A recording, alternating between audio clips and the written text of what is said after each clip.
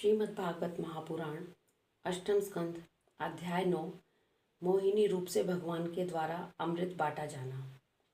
श्री सुखदेव जी कहते हैं, परीक्षित, असुर आपस के सद्भाव और प्रेम को छोड़कर एक दूसरे की निंदा कर रहे थे और डाकू की तरह एक दूसरे के हाथ से अमृत का कलश छीन रहे थे।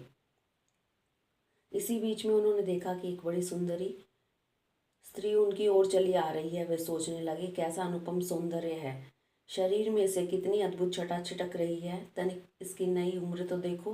बस अब वे आपस की आग डांट भूलकर उसके पास दौड़ गए। उन लोगों ने काम मोहित होकर उससे पूछा, कमल नयनी, तुम कौन हो, कहाँ से आ रही हो, क्या तुम करना चाहती हो सुंदरी, तुम किसकी कन्या हो, तुम्हें देखकर हमारे मन में खलबली मच गई है। हम समझते हैं कि अब तक देवता, दैत्य, सिद्ध, गांधर्व, चारण, लोकपालों ने तुम्हें स्पर्श तक न किया होगा, फिर मनुष्य तो तुम्हें कैसे छू पाते। सुंदरी, अवश्य ही विधाता ने दया करके शरीरधारियों की संपूर्ण इंद्रियों एवं मन को तृप्त करने के लिए तुम्हें यहाँ भेजा है।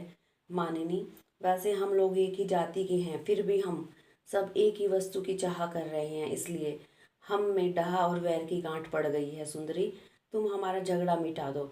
हम सभी कश्यप जी के पुत्र होने के नाते सगे भाई हैं। हम लोगों ने अमृत के लिए बड़ा पुरुषार्थ किया है। तुम न्याय के अनुसार निष्पक्ष भाव से इसे बांट दो, जिससे फिर हम लोगों में किसी प्रकार का झगड़ा न हो।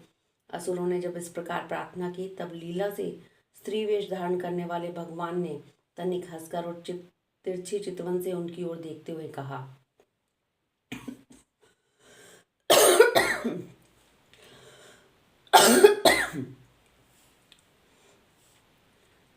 आप लोग महर्षि कश्यप के पुत्र हैं और मैं कुल्टा।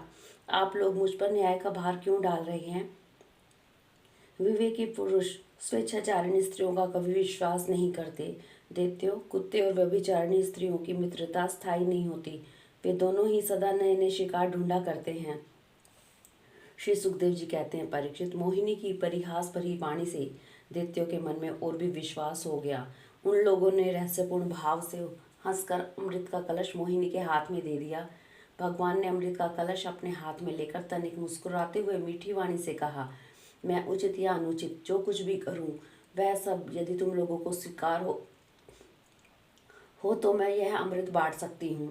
बड़े बड़े दैत्यों ने मोहिनी की यह मीठी बात सुनकर उसकी बारीकी नहीं समझी, इसलिए सबने एक स्वर से कह दिया, स्वीकार है। इसका कारण यह था कि उन्हें मोहिनी के वास्तविक स्वरूप का पता नहीं था। इसके बाद एक दिन का उपवास करके सबने स्नान किया, हविष्य से अग्नि में हवन किया, गो ब्राह्मण और समस्त प्राणियों को घास, चारा, अन्न, धन आदि का यथोयोग्य दान दिया तथा ब्राह्मणों ने स्वयं तयन कराया। अपनी अपनी रुचि के अनुसार सबने नए नए वस्त्र धारण किए और इसके बाद सुंदर सुंदर आभूषण धारण करके सबके सब उस कुशासनों पर बैठ गए, जिसका अगला हिस्सा पूर्व की ओर था। जब देवता और दैत्य दोनों ही धूप से सुगंधित मालाओं और दीपकों से सजे सजाए भव्य भवन में पूर्व की ओर मुंह करके बैठ गए, तब हाथ में अमृत का कलश लेकर मोहिनी सभा मंडल में आई। वह एक बड़ी सुंदर साड़ी पहने हुई थी, आंखें मद से विहल हो रही थी, कलश के समान स्तन और गज शावक की सूंड के समान जंघाएं थी। उसके स्वर्ण नुपुर अपनी झनकार से सभा भवन को मुखरित कर रहे थे। सुंदर कानों में सोने के कुंडल थे और उनकी नासिका कपोल तथा मुख बड़े सुंदर थे। स्वयं पर देवता भगवान मोहिनी के रूप में ऐसे जान पड़ते थे मानो लक्ष्मी जी की कोई श्रेष्ठ सखी वहां आ गई हो। मोहिनी ने अपनी मुस्कान भरी चितवन से देखा और दैत्यों को भी देखा तो वे सब के सब मोहित हो गए। उस समय उनके स्तनों से अंचल कुछ खिसक गया था। भगवान ने मोहिनी रूप में यह विचार किया कि असुर तो जन्म से ही क्रूर स्वभाव वाले हैं, इनको अमृत पिलाना सर्पों को दूध पिलाने के समान बड़ा अन्याय होगा, इसलिए उन्होंने असुरों को अमृत में भाग नहीं दिया। भगवान ने देवता और असुरों की अलग अलग पंक्ति बना दी और फिर दोनों को कतार बांधकर अपनी अपनी दर में बिठा दिया। इसके बाद अमृत का कलश हाथ में लेकर भगवान दैत्यों के पास चले गए। उन्हें हाव भाव और कटाक्ष से मोहित करके दूर बैठे हुए देवताओं के पास आ गए तथा उन्हें अमृत पिलाने लगे, जिसे पी लेने पर बुढ़ापे और मृत्यु का नाश हो जाता है। परीक्षित, असुर अपनी की हुई प्रतिज्ञा का पालन कर रहे थे, उनका स्नेही भी हो गया था और स्त्री से झगड़े में अपनी निंदा भी समझते थे, इसलिए वे चुपचाप बैठे रहे। मोहिनी में उनका अत्यंत प्रेम हो गया था। वे डर रहे थे कि हमसे हमारा प्रेम संबंध टूट ना जाए।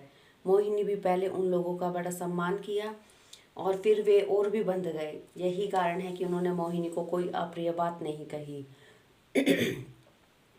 जिस समय भगवान देवताओं को अमृत पिला रहे थे, उस समय राहु दैत्य देवताओं का वेश बनाकर उनके बीच में आ बैठा और देवताओं के साथ उसने भी अमृत पी लिया।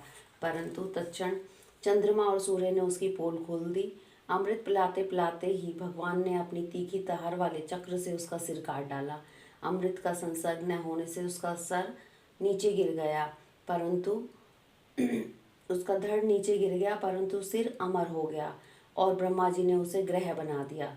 वही राहु पर्व के दिन पूर्णिमा और अमावस्या वैर भाव से बदला लेने के लिए चंद्रमा तथा सूर्य पर आक्रमण किया करता है।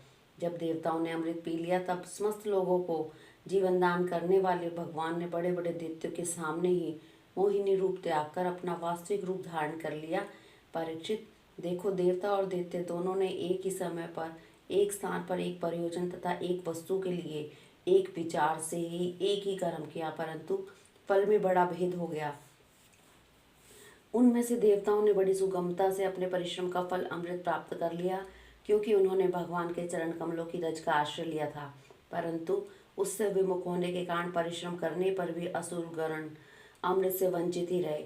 मनुष्य अपने प्राण, धन, कर्म, मन और वाणी आदि से शरीर एवं पुत्र आदि के लिए जो भी कुछ करता है वह व्यर्थ ही होता है, क्योंकि उसके मूल में भेद बुद्धि बनी रहती है। परंतु उन्हीं प्राण आदि वस्तुओं के द्वारा भगवान के लिए जो कुछ किया जाता है वह सब भेदभाव से रहित होने के कारण अपने शरीर, पुत्र और समस्त संसार के लिए सफल हो जाता है। जैसे वृक्ष की जड़ में पानी देने से उसका तना, टहनियाँ और पत्ते सब के सब सींच जाते हैं, वैसे ही भगवान के लिए कर्म करने से वे सबके लिए हो जाते हैं। हरिओम तत्सत।